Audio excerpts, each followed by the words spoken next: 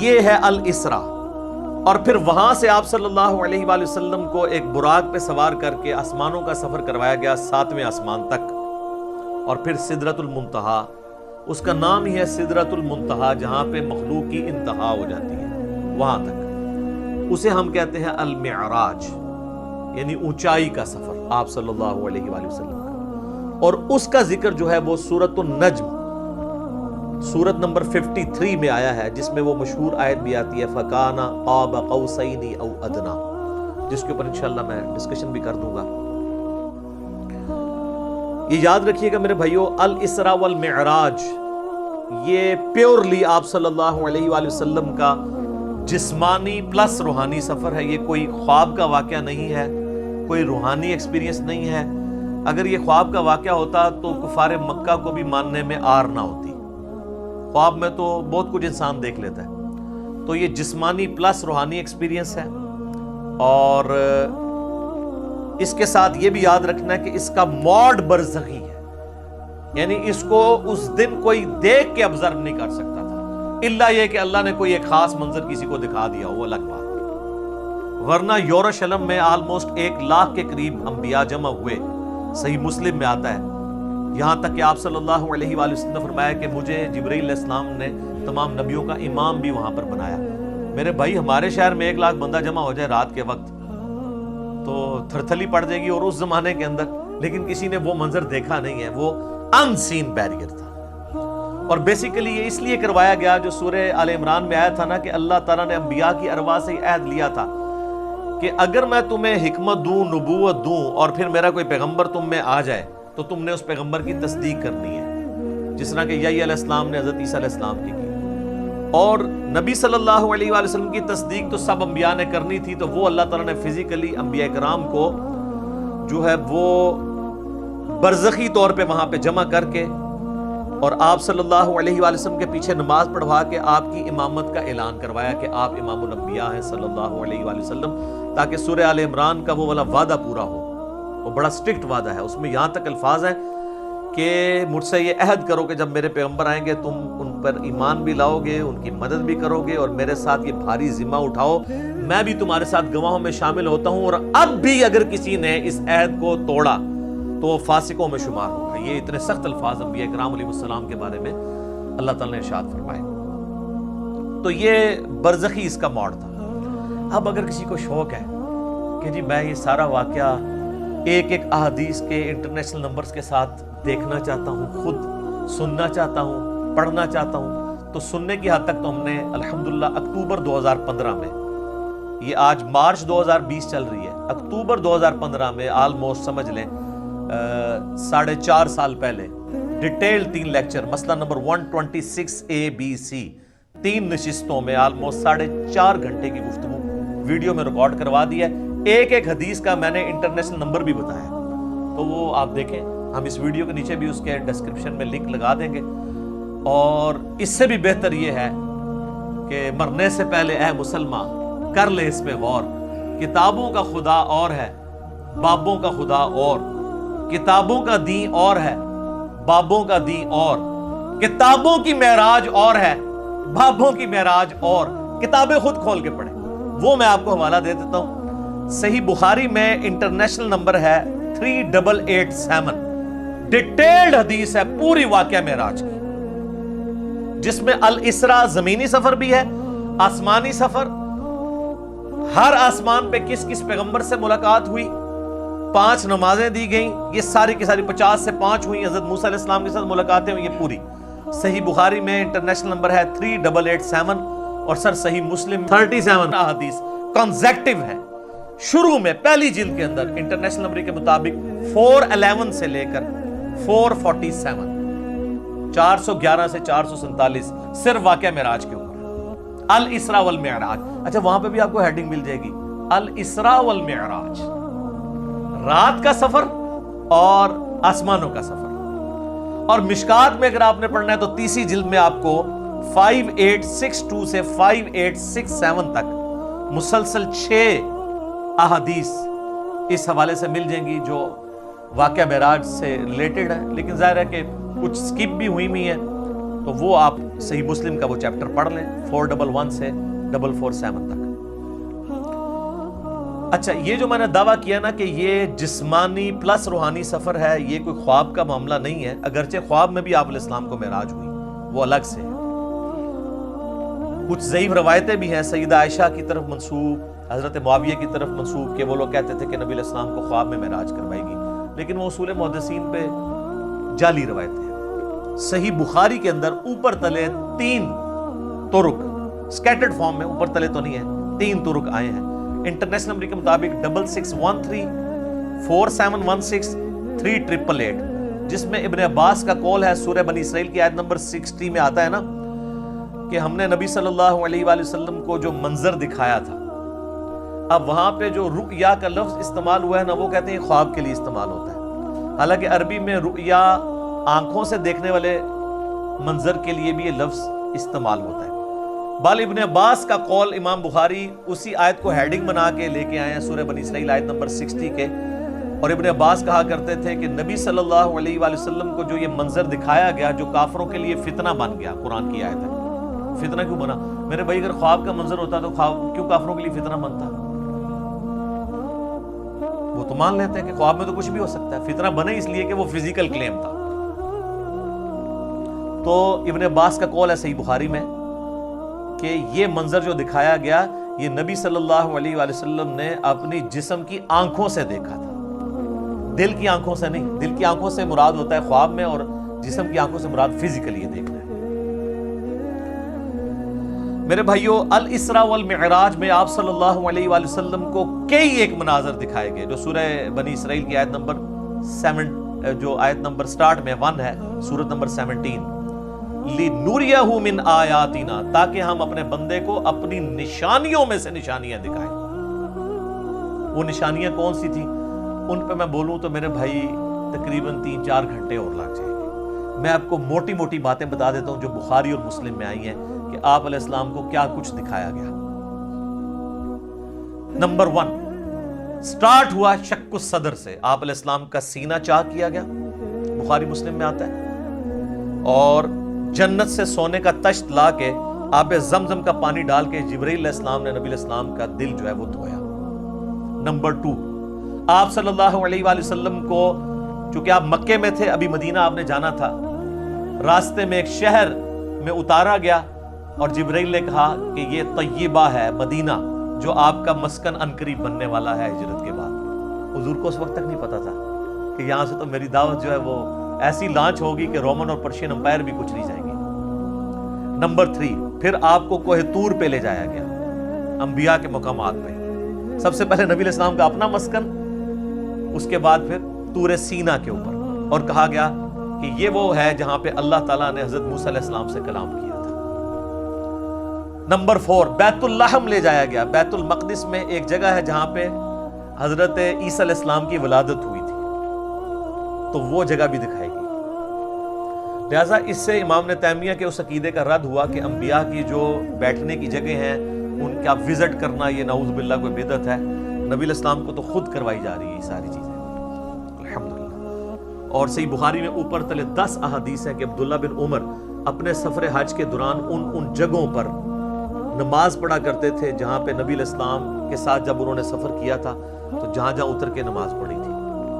تو اس میں امام بخاری نے باب باندھا ہے کہ نبی علیہ السلام کی جگہوں کو تلاش کر کے وہاں پہ نماز پڑھنا، حتیٰ کہ مسند احمد میں آتا ہے کہ وہ اس جگہ پہ پیشاب بھی کرتے تھے جہاں نبی علیہ السلام نے اپنے سفر حج میں پیشاب کیا تھا۔ بخاری میں الفاظ ہیں نافع کے کہ مسجدیں موجود تھیں راستے میں، مسجد کے پاس نالوں کے قریب جو پتھر تھے وہاں پہ وہ نماز پڑھتے تھے، مسجد میں نہیں پڑھتے تھے۔ وہ کہتے تھے مسجد تو بعد میں بنی ہے، نبی علیہ السلام نے اس پتھر پہ نماز پڑھی تھی۔ یہ اتباع سنت کا جذبہ تھا۔ تو ظاہر نبی علیہ السلام سے لیا۔ 4 چیزیں ہوگی جی، شق الصدر، مدینہ شریف دکھایا گیا، طور سینہ، بیت اللحم، اور اس کے بعد صحیح مسلم میں آتا ہے قبر موسیٰ دکھائی گئی۔ نبی علیہ السلام کہتے ہیں میں نے سرخ ٹیلے کے پاس موسیٰ علیہ السلام کو ان کی قبر میں نماز پڑھتے ہوئے دیکھا، اور اگر میں گزروں میں تمہیں وہ قبر بھی دکھا سکتا ہوں۔ وہ قائم یصلی فی قبری، وہ کھڑے اپنی قبر میں نماز پڑھ رہے تھے، لیکن یہ معاملہ ہے برزخی، حیات انبیاء کے اوپر یہ ثبوت ہے لیکن برزخی معاملہ۔ اس کے بعد آپ صلی اللہ علیہ وآلہ وسلم کو بیت المقدس میں انبیاء کی امامت کروائی گئی. 1,00,000 کے قریب پیغمبروں کو جمع کیا گیا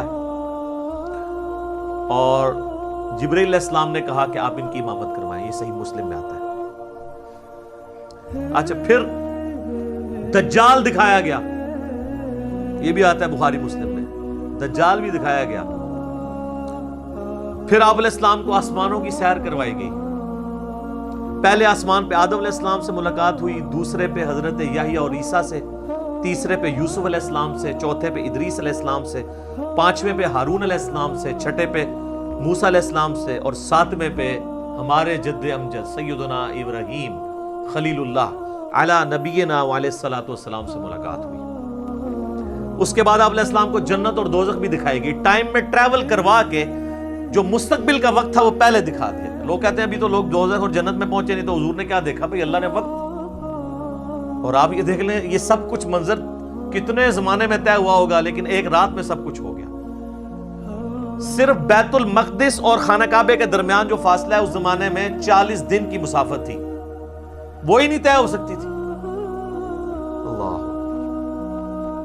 اسی لیے تو وہ آتا ہے نا المعجم الکبیر طبرانی کے اندر اور دلائل النبوہ امام بیہقی کی کتاب کے اندر اور کئی کتابوں کے اندر, کہ لوگوں نے آ کے حضرت ابوبکر کو کہا نا کہ تمہارا ساتھی تو یہ کہہ رہا ہے کافروں نے چھیڑنے کے لیے, اور انہوں نے کہا اگر وہ کہہ رہے ہیں تو میں تصدیق کرتا ہوں. تو اسی پر آپ کا لقب صدیق رکھا گیا کہ آپ علیہ السلام کی تصدیق کرنے والے. اس کے بعد بیت المعمور دکھایا گیا. بخاری مسلم میں آتا ہے 7ویں آسمان کے اوپر اسی خانہ کعبہ کی سیدھ میں ایک گھر ہے جس کا طواف فرشتے کرتے ہیں. بیت المعمور وہ دکھایا گیا. اور سب سے بڑھ کے آپ کو سدرۃ المنتہا تک لے جایا گیا. یہ آخری حد ہے.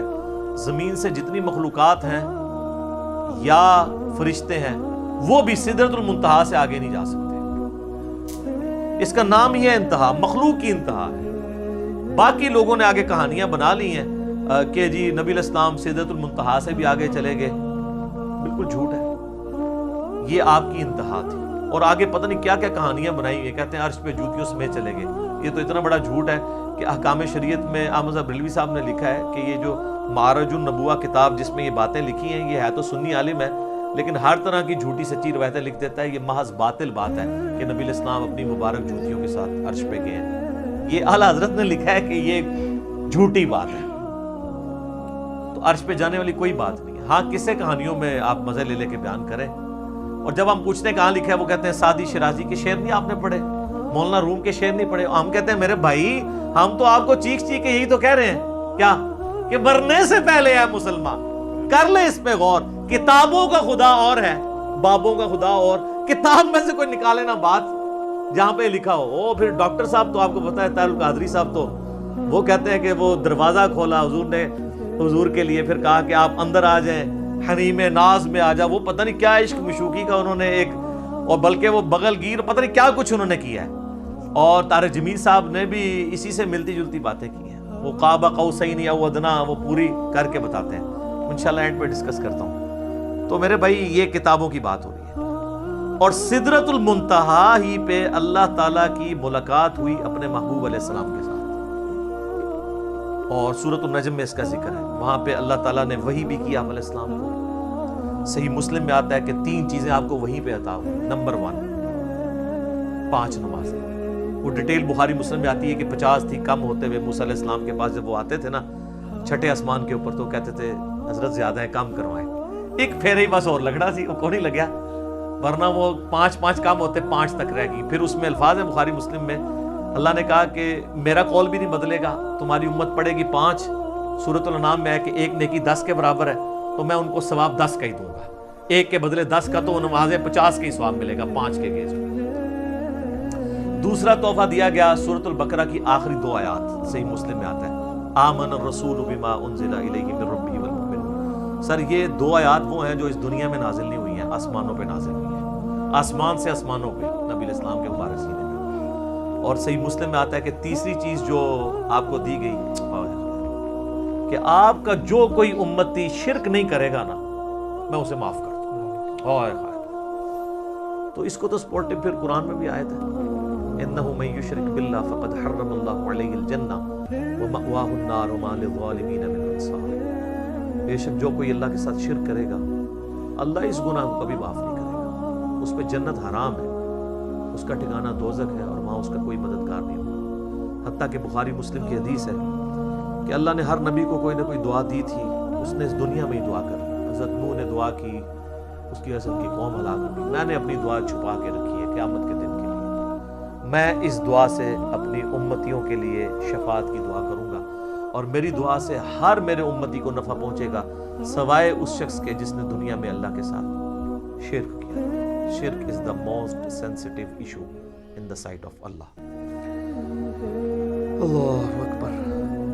تو یہ 3 گفٹ آپ علیہ السلام کو ملے، 5 نمازیں، سورۃ البقرہ کی آخری 2 آیات، اور جو شرک نہیں کرے گا اس کی مغفرت۔ یہ ساری تفصیلات آپ مسئلہ نمبر 126 ABC کے اندر دیکھ سکتے ہیں 4.5 گھنٹے میں اس کو سکپ کرتا ہوں۔ الاسراء والمعراج میں جو معراج والا پورشن ہے اس میں سب سے زیادہ کنٹروورشل چیز جو آپ نے سوال میں بھی کی وہ ہے نبی علیہ السلام نے کیا شب معراج اللہ تعالیٰ کو دیکھا تھا یا نہیں۔ اب اس کا جواب ہاں یا نہ میں دینا تو بہت بڑی آزمائش ہے مسلمانوں کے لیے، جب تک کہ آپ پورا مقدمہ ان کو نہیں سمجھاتے۔ تو آپ اس پورے مقدمے کو سمجھیں گے تو آپ کے لیے معاملہ آسان ہو جائے گا۔ اس کی وجہ یہ ہے کہ یہاں پہ فرقہ واریت کا دین ہے، جس کو میں بابوں کا دین کہتا ہوں، اور آپ سے بار بار کہتا ہوں کہ مرنے سے پہلے اے مسلمان کر لے اس پہ غور، کتابوں کا خدا اور ہے، بابوں کا خدا اور۔ اچھا کہتے ہیں آپ کتابوں کا دین کہہ لیا کریں، بابوں کا خدا تو سب کا ایک ہے۔ میرے بھائی اس کے اندر قیامت مضمر ہے۔ دین کس لیے ہوتا ہے؟ اللہ کی شناخت کے لیے۔ جب آپ کے بابوں نے اس اللہ کی شناخت ہی میں نہیں کروائی ہے جو پیغمبروں کے ذریعے اللہ نے کروائی تھی، تو ہم رونا روئیں گے نا کہ آپ کس اللہ کی بات کرتے رہے ہو۔ تو اصل چیز قیامت زور اس شعر میں تبھی ہے کہ کتابوں کا خدا اور ہے، بابوں کا خدا اور دیکھ لیں ہلچل مچی اس کی وجہ سے ہے۔ اگر میں کہتا کتابوں کا دین اور ہے بابوں کا دین اور، تو کسی کو کچھ نہیں تھا ہونا۔ یہ اندر جو ہلچل مچتی ہے نا، وہ کہتے ہیں یار ہم پتہ نہیں کس خدا کو مان رہے ہیں، کتابوں والے خدا کو کسی اور کو نہ مان رہی ہوئی ہے۔ تو یہ تو میں نے ڈیٹیکٹ کیا تھا قرآن سے، کتابوں کا خدا۔ حضرت آدم علیہ السلام کو جب اللہ نے دنیا پہ اتارا، سورۃ البقرہ آیت نمبر 38، تو اللہ تعالیٰ نے ہماری ماں اور باپ کو یہی کہا تھا قُلْ اهْبِطُوا مِنْهَا جَمِيعًا، اے آدم اور اس کی بیوی اور میری ان دونوں بندوں کی قیامت تک ہونے والی اولاد اتر جاؤ زمین میں۔ فَإِمَّا يَأْتِيَنَّكُم مِّنِّي هُدًى، یاد رکھنا اب جب کبھی بھی کوئی ہدایت کی کتاب تمہارے پاس آئے گی، انتظار کرنا کتابوں کا، بابوں کا نہیں، کتابوں کا جو پیغمبروں کے ذریعے ہے۔ فَإِمَّا يَأْتِيَنَّكُم مِّنِّي هُدًى فَمَن تَبِعَ هُدَايَ فَلَا خَوْفٌ عَلَيْهِمْ وَلَا هُمْ يَحْزَنُونَ، جو ان کتابوں کی اس ہدایت کی پیروی کرے گا اس کو نہ کوئی خوف ہوگا نہ کوئی غم۔ وَالَّذِينَ كَفَرُوا وَكَذَّبُوا بِآيَاتِنَا أُولَئِكَ أَصْحَابُ النَّارِ هُمْ فِيهَا خَالِدُونَ، جو کوئی ہماری آیات کو جھٹلا دے گا، کفر کرے گا، اس کو جھٹلائے گا، تو وہ ہوں گے اہل جہنم، رہیں گے اس میں ہمیشہ۔ اللہم اجرنا من النار، آمین۔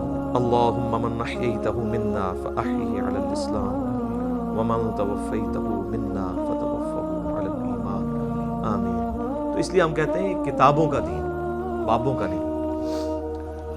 تو اس مقدمے کو سمجھنے کے لیے آپ پہلے بنیادی بات سمجھ لیں، ایک بنیادی عقیدہ، جو عقیدہ پوری امت کا ہے سوائے ان لوگوں کے جو اپنے نفس کے غلام بنے۔ وہ کون ہے وہ میں آپ کو بتا دوں۔ پوری امت کا یہ عقیدہ ہے کہ مرنے سے پہلے اس روئے ارض پہ اللہ تعالیٰ کا دیدار کسی انسان کو، کسی جن کو، کسی فرشتے کو یا کسی بھی مخلوق کو ہونا محال ہے، امپاسبل ہے، یہ مقدور نہیں ہے، محال ہے۔ اس کے ثبوت میں سورۃ الانعام کی آیت نمبر ہے 103، لا تدرکہ الابصار، نگاہیں اس کا احاطہ نہیں کر سکتی، وہ نگاہوں کا احاطہ کر لیتا ہے۔ حتیٰ کہ اس آیت میں اہل تشیع اتنا غلو کرتے ہیں کہ وہ یہ کہتے ہیں کہ قیامت میں اور جنت میں بھی اللہ کا دیدار نہیں ہوگا، وہ بھی غلو کر رہے ہیں۔ اور دوسری طرف ان کی حالت یہ ہے کہ وہ کہتے ہیں کہ مولا علی علیہ السلام اس وقت تک سجدے سے سر نہیں اٹھاتے تھے جب تک اللہ کو دیکھ نہ لیں. تو ہم کہتے ہیں یار آپ کوئی ایک بات کرو, کسی بات کے اوپر ٹکو. اور پھر بعض غلو کرنے والے وہ کہتے ہیں شب معراج بھی جو مولا علی کا پنجہ دیکھا تھا. خیر اب اہل علم ان کو خود ہی رد کر رہے ہیں, وہ کہہ رہے ہیں یہ نصیحتیاں ہمارے ان سے کوئی تعلق نہیں ہے, اہل تشیع کا یہ جو ہے مکتب نہیں ہے, مکتب اہل بیت یہ نہیں ہے. تو یہ سورۃ الانعام کی آیت نمبر 103 اس پر گواہ ہے. اور اس سے بھی بڑھ کر پریکٹیکل ایکسپیرینس سورۃ الاعراف کی آیت نمبر 143, جب موسیٰ علیہ السلام نے کوہ طور پہ ملاقات کے دوران کہا اے اللہ میری خواہش ہے میں تجھے دیکھوں. کتنی دفعہ باتیں سن کے اگلا سٹیپ بھی بندہ طے کرتا ہے نا. تو اللہ نے کیا فرمایا تھا, لن ترانی, ہرگز نہیں دیکھ سکتا تو مجھے, بلکہ تو پہاڑ کی طرف دیکھ, اگر یہ پہاڑ اپنی جگہ پہ قائم رہا تو سمجھنا تو مجھے دیکھ سکتا ہے. تو قرآن کے الفاظ ہیں پہاڑ پہ اللہ نے صرف تجلی کی تو وہ ریزہ ریزہ ہو گیا, اور موسیٰ علیہ السلام انڈائریکٹ وہ تجلی دیکھنے سے بے ہوش ہو کے گر پڑے. اور اس کے بعد ان کا اللہ میں تیرے طرف رجوع لاتا ہوں, اب دوبارہ میں یہ بات نہیں کروں گا.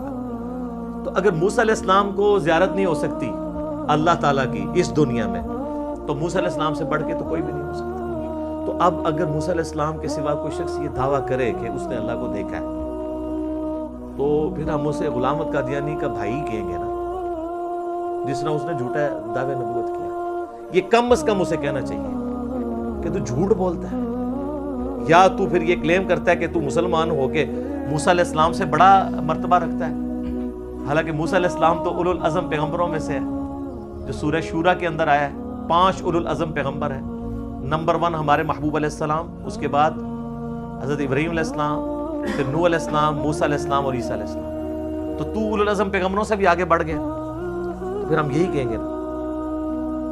سورۃ الحجر کی آیت نمبر 99 آخری آیت میں بھی آیا ہے, وَاعْبُدْ رَبَّكَ حَتَّى يَأْتِيَكَ الْيَقِينُ, اپنے رب کی عبادت کرتے جاؤ یہاں تک کہ تمہیں یقین نصیب ہو جائے, تمہیں موت آ جائے. تمام نے اس یقین کا ترجمہ موت کیا ہے. مرنے سے پہلے یقین نہیں آ سکتا, کیونکہ یقین اس وقت آتا ہے جب آپ فزیکلی دیکھ لیں. تو یہی تو آپ کو انعام ہے, ان الذین یخشون ربهم بالغیب لہم مغفرۃ واجر کبیر. جو بغیر دیکھے اپنے رب سے ڈرتے ہیں ان کے لیے ہے مغفرت اور بہت بڑا اجر. اور صحیح مسلم میں انٹرنیشنل نمبر کے مطابق 7356 نمبر حدیث ہے دجال کے کانٹیکسٹ میں. نبی علیہ السلام فرماتے ہیں کہ یہ دجال آئے گا تو اس کے ماتھے پہ کافر لکھا ہوگا, لیکن وہ کاف فا را یا کاف الف فا را لکھا ہوگا ایبریویشنز میں. تو لوگ جو اہل ایمان ہیں نبی علیہ السلام کہتے ہیں وہ پڑھ لیں گے کہ یہ کافر لکھا ہے, تو ان کو پتہ چلے گا دجال ہے. دوسرے لوگ نہیں پڑھ پائیں گے, چاہے مومنین میں بھی منافقین ہوئے, اور وہ ہو سکتا ہے کاف سے کشف پڑھ لیں, الف سے الہام پڑھ لیں, فا سے فیض پڑھ لیں, اور را سے روحانیت پڑھ لیں. کہ جی یہ تو بہت بڑے بزرگ ہیں. اچھا, اس حدیث میں 7356 میں آتا ہے کہ نبی علیہ السلام نے فرمایا کہ وہ خدائی کا دعویٰ کرے گا دجال, یاد رکھو تم میں سے کوئی شخص اپنے رب عز و جل کو نہیں دیکھ سکتا یہاں تک کہ اسے موت آ جائے. یہ الفاظ ہیں. کیا مطلب؟ کہ مرنے سے پہلے کوئی اللہ کو نہیں دیکھ سکتا, مرنے کے بعد دیکھیں گے انشاءاللہ. انشاءاللہ. تو مرنے سے پہلے آپ نہیں دیکھ سکتے. تو آپ بھی مرنے سے پہلے ہے مسلمان, کر لے اس پہ غور. کتابوں کا خدا اور ہے, بابوں کا خدا اور. اب آپ سوچ رہے ہوں گے بابوں نے کیا کام ڈالا ہوا ہے, تو اے ہوں آگے جے کام کی پایا جو انہوں نے, اے دے تسی کتابوں نے خدا دی تعریف سن لی. بابوں نے کیا کام ڈالا ہے جناب؟ تذکرۃ الاولیاء شیخ فرید الدین عطار المتوفی 627 ہجری کی کتاب ہے, جو بریلوی اور دیوبندی دونوں چھاپ رہے ہیں, اور کہہ رہے ہیں سارے اولیاء کے حالات زندگی اس میں لکھے ہوئے ہیں. ایسی کوئی کتاب نہیں. اس میں بایزید بسطامی کی معراج لکھی ہوئی ہے, المتوفی 261 ہجری. ان کا امام ابو یزید بسطامی اور میرا امام ابو الحسین مسلم بن حجاج القشیری المتوفی 261 ہجری. وہ بھی 261 میں فوت ہوئے ہیں, یہ بھی 261 میں فوت ہوئے ہیں. تو وہ کہتے ہیں انہوں نے معراج میں وہ عرش تک پہنچ گئے اور اللہ کو دیکھا, مشاہدہ کیا, اور باقاعدہ چیپٹر ہے بایزید بسطامی کی معراج تذکرۃ الاولیاء میں. بخاری مسلم کو چھوڑ کے ان کے پیچھے پڑے ہوئے ہیں. اور یہ آپ کو حوالے اس کے تذکرۃ الاولیاء کے فضائل اعمال میں ملیں گے, فضائل سنت میں بھی, تبلیغی جماعت کی کتاب میں بھی, دعوت اسلامی کی جماعت کی کتاب میں بھی. یعنی دونوں بھاری فرقے بریلوی اور دیوبندی اس کو لے کے چلتے ہیں. پھر کشف المحجوب جو اس سے بھی پہلے لکھی گئی 200 سال پہلے, علی بن عثمان حجویری المتوفی 465 ہجری, انہوں نے کشف المحجوب میں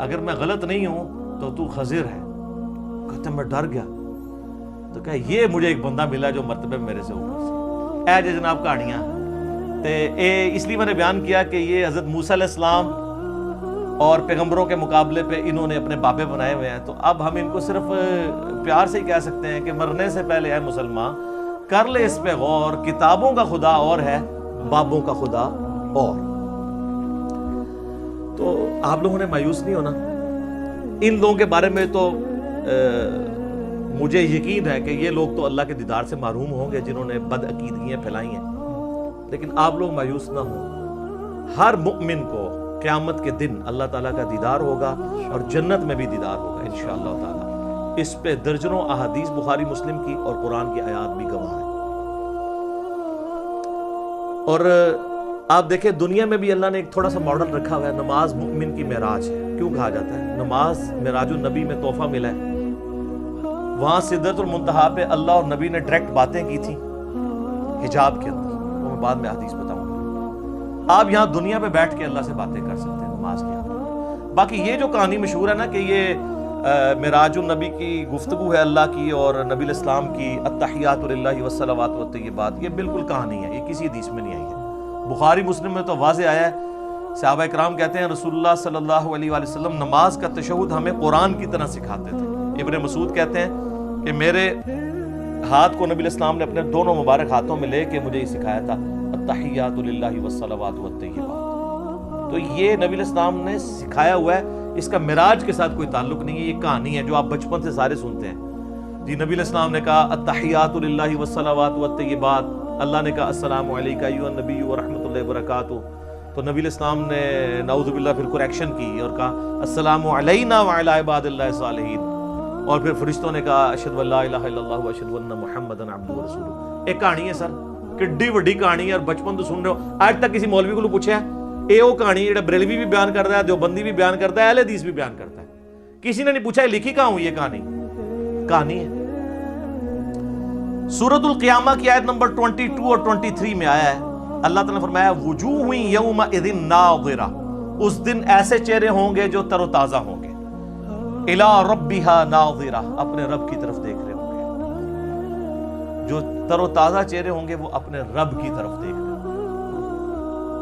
اچھا بعض لوگ کہتے ہیں نہیں جی وہ یہاں دیکھنے سے مراد ہے کہ وہ رحمت کا انتظار کر رہے ہوں گے, وہ جنہوں نے نہیں ماننا. تو یہ جو سورۃ الفجر کی آیت ہے وَجَاءَ رَبُّكَ وَالْمَلَكُ صَفًّا صَفًّا, قیامت والے دن اللہ اور فرشتے قطار در قطار اس دنیا پہ اتریں گے, کیونکہ میدان محشر اس دنیا میں عدالت لگنی ہے. تو جیسا اللہ کی شان کے لائق ہے وہ زمین پہ اترے گا. اور پھر اس کا کلائمیکس ہے سورۃ المطففین آیت نمبر 15, کَلَّا إِنَّهُمْ عَنْ رَبِّهِمْ يَوْمَئِذٍ لَمَحْجُوبُونَ. اللہ تعالیٰ کافروں کے بارے میں فرماتا ہے کہ ضرور بالضرور اللہ کے جو منکر ہیں وہ اپنے رب کے دیدار سے اوٹ میں کر دیے جائیں گے قیامت والے دن. اچھا اللہ کے دیدار سے اوٹ میں کر دیے جائیں گے کافر, تو اس کے اندر کیا امپلائیڈ ہے کہ اہل ایمان حجاب اٹھا دیا جائے گا, کیونکہ اللہ کے آگے تو کوئی حجاب نہیں آ رہا نا, اللہ کے سامنے تو کوئی چیز چھپی نہیں ہوئی ہے. یہ بندے اور اللہ کے درمیان حجاب ہے, کافر کے درمیان آ جائے گا, مومن کا اٹھ جائے گا. یہ واضح ثبوت ہے. لہذا شیعہ کا موقف جو ہے باطل ہے. بلکہ میں شیعہ کو دعوت دوں گا کہ اللہ کے بندو ہماری نمازوں عبادات ان ساری چیزوں کا کیا حاصل ہونا ہے کہ اگر ہم جنت میں پہنچ جائیں اور تب بھی اپنے رب کو نہ دیکھ سکیں. قرآن کی درجنوں آیات میں جو اللہ تعالیٰ بار بار کہتا ہے کہ بغیر دیکھے اپنے رب سے ڈرتے ہیں, تو یہ پردہ آخر اٹھنا ہے نا, کبھی اس دن اٹھنا ہے کہ جس دن اللہ تعالیٰ نے یہ امتحان میں آپ کو پاس کر دینا ہے کہ ہاں جی تم بغیر دیکھے ڈرتے تھے نا, اب اس کا انعام ہے, مجھے دیکھ لو. یہ تو امپلائیڈ ہے اس کے, ورنہ تو دین کی لذت ہی ختم ہے اگر قیامت میں جنت میں اللہ کا دیدار نہیں ہے. بخاری مسلم میں درجنوں احادیث ہیں. اسی کانٹیکسٹ میں جو سورۃ القیامہ کی آیت نمبر 22 ہے وجوہ یومئذ ناظرہ الی ربہا ناظرہ, اس آیت کے کانٹیکسٹ میں بخاری مسلم دونوں میں حدیث ہے. صحابہ کرام نے پوچھا یا رسول اللہ کیا ہم اپنے رب کو دیکھیں گے قیامت والے دن؟ آپ نے فرمایا تم ضرور اپنے رب کو دیکھو گے. 14ویں رات کا چاند جب چھایا ہوتا ہے اور کوئی بادل نہ ہو تو تمہیں اس چاند کو دیکھنے میں کوئی تکلیف محسوس نہیں ہوتی. سورج کو دیکھنے میں تکلیف ہوتی ہے, چاند کو دیکھنے میں نہیں ہوتی. بالکل اس طریقے سے تم اپنے رب کو بھی دیکھو گے اور تمہاری آنکھوں پہ کوئی سٹرین نہیں آئے گا، جیسا کہ اس کی شان کے لائق ہے تم اپنے رب کو دیکھو گے انشاءاللہ۔ اور سر صحیح مسلم میں ایک بڑی رکت انگیز حدیث ہے، نبی علیہ السلام فرماتے ہیں جنتی جب جنت میں پہنچ جائیں گے نا تو اللہ تعالیٰ جنتیوں سے کہے گا کہ ہاں جی کوئی اور نعمت چاہیے، تو جنتی کہیں گے یا اللہ اس سے بڑی کیا نعمت ہے کہ تو نے ہمیں ہمیشہ کے دوزخ کے عذاب سے بچا لیا، ہمارے چہرے تر و تازہ کر دیے، ہمارا منہ مانگا انعام ہمیں دیا، ہمیشہ کی زندگی ہمیں دے دی، اس سے بڑی بھی ابھی کوئی نعمت باقی ہے؟ تو پھر اللہ تعالیٰ ان کو سرپرائز دیتے ہوئے اپنا اور بندوں کے درمیان حجاب اٹھائے گا اور لوگ اپنے رب کی زیارت کریں گے، اور جب وہ رب کو دیکھ لیں گے نا تو ان کو دنیا کی اور جنت کی ہر نعمت بھول جائے گی، وہ کہیں گے اصل نعمت تو یہ ہے، یہ اللہ نے سرپرائز میں رکھی ہوئی ہے جنت کے اندر۔ یہ صحیح مسلم میں حدیث ہے۔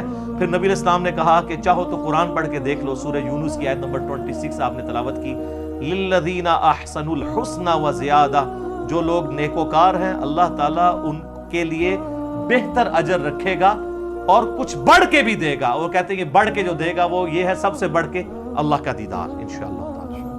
اور پھر صحیح مسلم کی وہی حدیث جو دجال والی میں نے بیان کی 7356 کہ تم میں سے کوئی اپنے رب عز و جل کو نہیں دیکھ سکتا یہاں تک کہ وہ مر نہ جائے، تو مرنے کے بعد انشاءاللہ تعالی اللہ کا دیدار ہوگا۔ اور مرنے سے پہلے ہے مسلمان کر لے اس پہ غور، کتابوں کا خدا اور ہے، بابوں کا خدا اور یقین کر جب تو یہ غور کرے گا نا تو تیرے اندر سے آواز نکلے گی کیا کہ نہ میں بابی، نہ میں بابی، نہ میں سو کارڈ بابی تے نہ میں بابیاں دا دفاع کرنے والا بابی، میں ہوں مسلم علمی کتاب انشاءاللہ۔ البتہ میرے بھائیوں اس کائنات میں ایک ہستی ایسی ہے جسے اللہ تعالیٰ نے اس دنیا میں خواب کی حالت میں اپنا دیدار عطا کیا اور اس اعتبار سے باقی ساری مخلوقات پہ فوقیت دی، اور وہ ہمارے محبوب سید الاولین والآخرین شفیع المذنبین رحمت للعالمین سیدنا و مولانا امام اعظم محمد رسول اللہ صلی اللہ علیہ وآلہ وسلم کی مبارک ذات ہے۔ اور یہ تو نبی علیہ السلام کے بارے میں خواب میں زیارت والا معاملہ، یہ تو میں حدیث آپ کو بعد میں بیان کرتا ہوں۔ آپ کے بابوں نے یہ دعویٰ امام حنیفہ کے لیے بھی کیا، وہ کہتے ہیں 100 دفعہ خواب میں زیارت ہوئی ہے۔ امام بن حنبل کے بارے میں تو فضائل اعمال کے اندر لکھا ہے کہ خواب میں اللہ کو دیکھا اور پوچھا کہ اللہ جی میں آپ کا قرب چاہتا ہوں تو کس چیز سے حاصل کروں، تو اللہ نے فرمایا قرآن سے۔ تو کہ امام بن حنبل نے کہا کہ اللہ سمجھ کے کہ بغیر سمجھ کے، تو اللہ نے کہا کہ چاہے سمجھ کے چاہے بغیر سمجھ کے، کڈی کہانی خواب وچ ایہی چیز لینی سی۔ تو سر اس میں میری 100 نمبر مجلس دیکھ لیں، کتابوں کا خدا اور ہے، بابوں کا خدا اور۔ میں آج اس کی انجینئرنگ نہیں کرتا، بل یہ فضائل اعمال کے اندر یہ لکھا ہوا ہے، فضائل ذکر والے چیپٹر کے اندر، کہ امام احمد بن حنبل نے بھی اللہ کو دیکھا ہے خواب میں۔ بالکل کہانی ہے، اگر یہ کوئی چیز ہوتی تو یہ پیکج موسیٰ علیہ السلام کو آفر ہوتا، جو سورۃ الاعراف کی آیت نمبر 143 میں کیٹاگوریکل ڈینائی آ گیا، لن ترانی، تو نہیں دیکھ سکتا، فزیکلی تو کوئی دیکھ سکتا، خواب میں بھی صرف نبی علیہ السلام کی خصوصیت ہے۔ اور وہ حدیث ہے میرے بھائیوں جامعہ ترمذی میں انٹرنیشنل نمبر کے مطابق 3235، یہ حدیث مسند امام احمد میں بھی ہے، مشکات المصابیح میں 748 نمبر ہے پہلی جلد کے اندر، اور یہاں خواب کا ذکر ہے۔ اور یاد رکھیے گا سورہ الصافات کی آیت نمبر 100 سے لے کے 103 تک آتا ہے نا کہ ابراہیم علیہ السلام کو اللہ نے خواب میں بیٹے کی قربانی کا حکم دیا تھا۔ انبیاء کے خواب وحی الہی ہوتے ہیں۔ بخاری مسلم میں کئی احادیث ہیں کہ نبوت کا 46واں حصہ خواب ہے، نبیوں کو جو خواب دکھایا جاتا ہے وہ ڈیفینیٹلی وحی الہی ہوتا ہے۔ باقی بخاری مسلم میں آتا ہے کہ نبیوں کے علاوہ جو ہے وہ اللہ کی طرف سے بھی ہو سکتا ہے، شیطان کی طرف سے بھی ہو سکتا ہے، نفس کی طرف سے بھی ہو سکتا ہے۔ تو یہ ترمذی میں جو حدیث ہے، مسند احمد میں بھی، مشکات المصابیح میں بھی، اور اس حدیث کے ساتھ امام ترمذی نے لکھا ھذا حدیث حسن صحیح، یہ حدیث حسن صحیح ہے۔ اور امام ترمذی نے ساتھ لکھا کہ میں نے اپنے استاد امام محمد بن اسماعیل بخاری، امام بخاری سے پوچھا تو انہوں نے بھی فرمایا کہ یہ حدیث صحیح ہے، اگرچہ بخاری میں نہیں ہے لیکن اس حدیث کو امام بخاری نے بھی صحیح کہا ہے، امام ترمذی نے بھی صحیح کہا، شیخ البانی نے بھی صحیح کہا، شیخ شعیب ارناؤط نے بھی صحیح کہا، شیخ زبیر لیزئی نے بھی صحیح کہا رحمہم اللہ اجمعین۔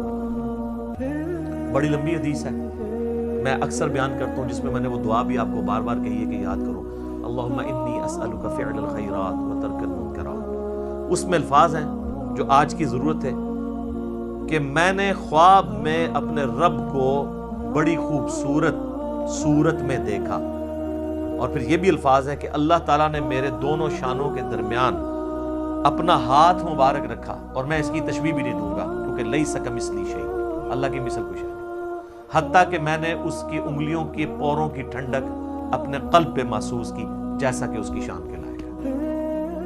باقی لمبی حدیث ہے، لیکن اس میں سے یہ پورشن میں نے بیان کرنا تھا کہ خواب میں نبی علیہ السلام کو زیارت ہوئی ہے۔ اب یہاں پہ یاد رکھیے گا ایک بہت میں آپ کو کریٹیکل پوائنٹ دینے لگا ہوں،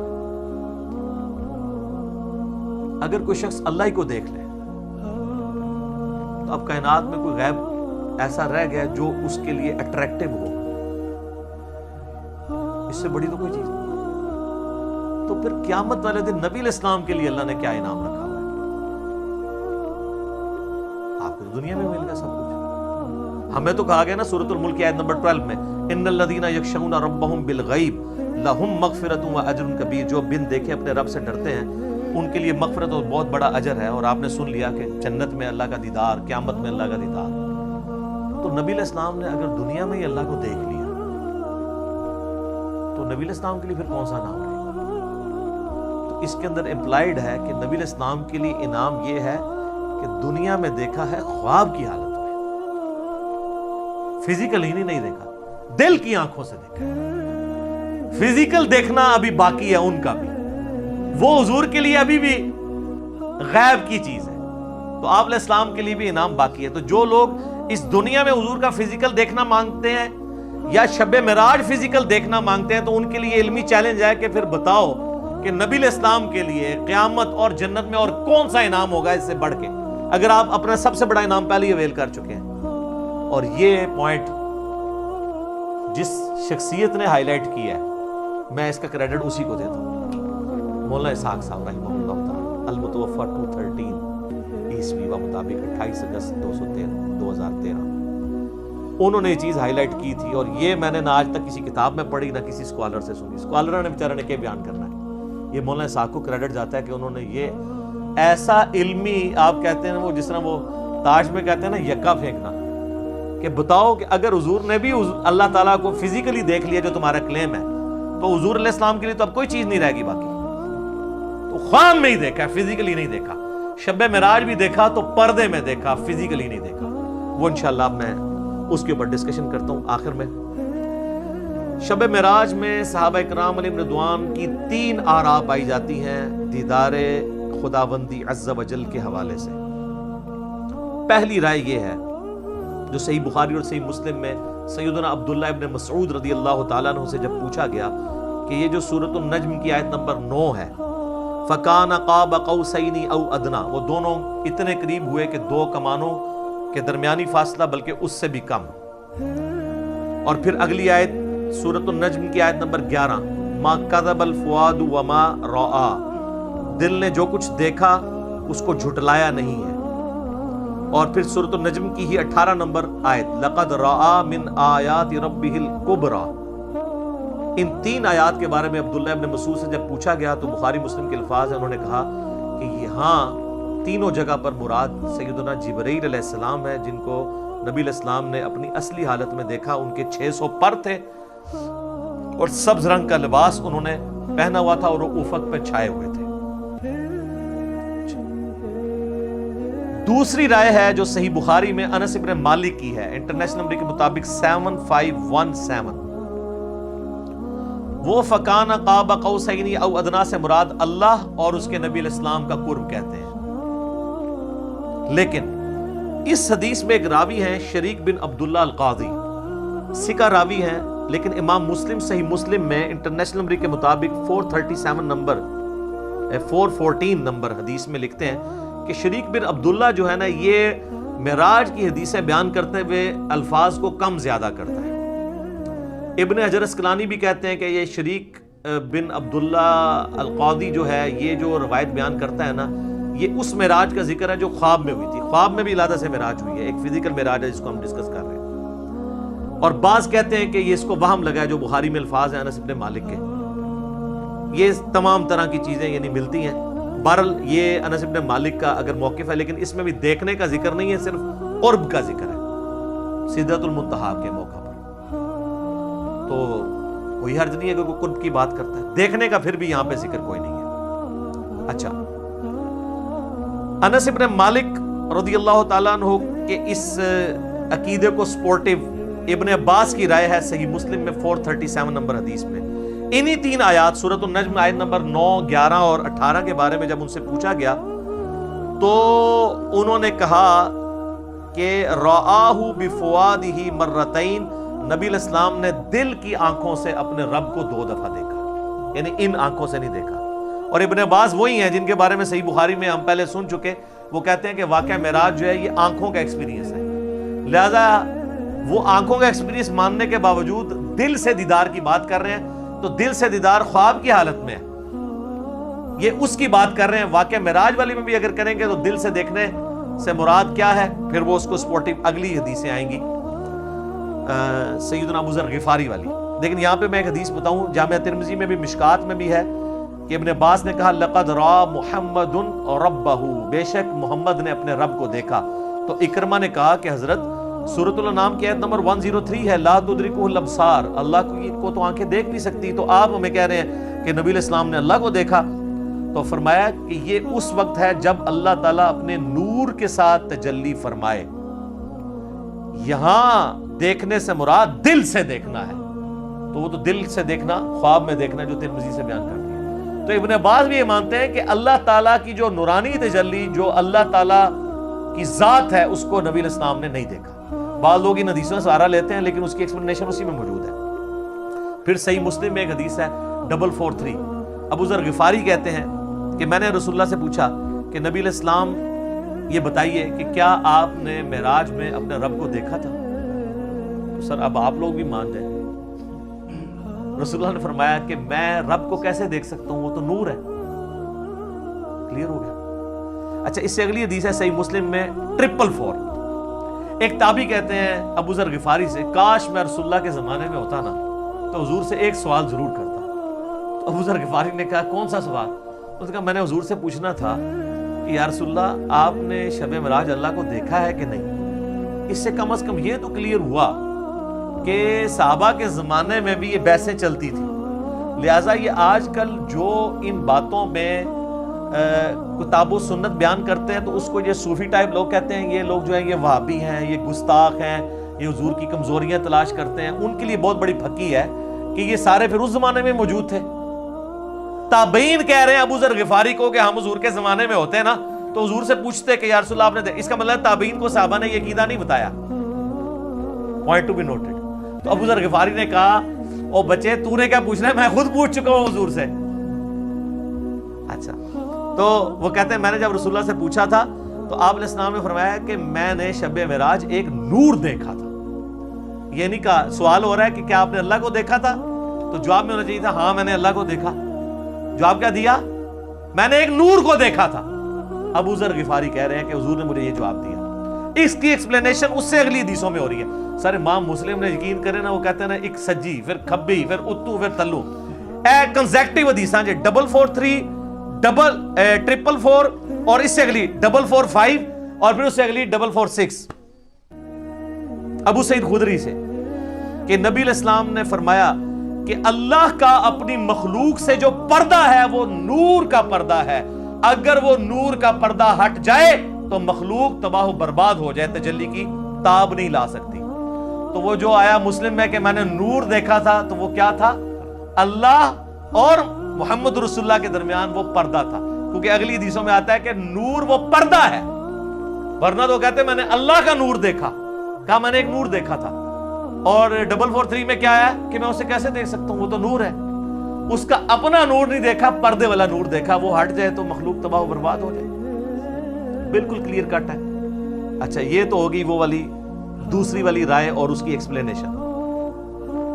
اب اینڈ پہ میں آپ کو اپنی اماں کی رائے بتاتا ہوں جو آپ کو ہضم نہیں ہونی کبھی بھی. سر اماں نے جو کیا ہے نا اس امت کے ساتھ احسان، اور صوفیوں کے ساتھ ان کے سارے عقیدوں کو پیسیفک اوشن میں پھینک دیا.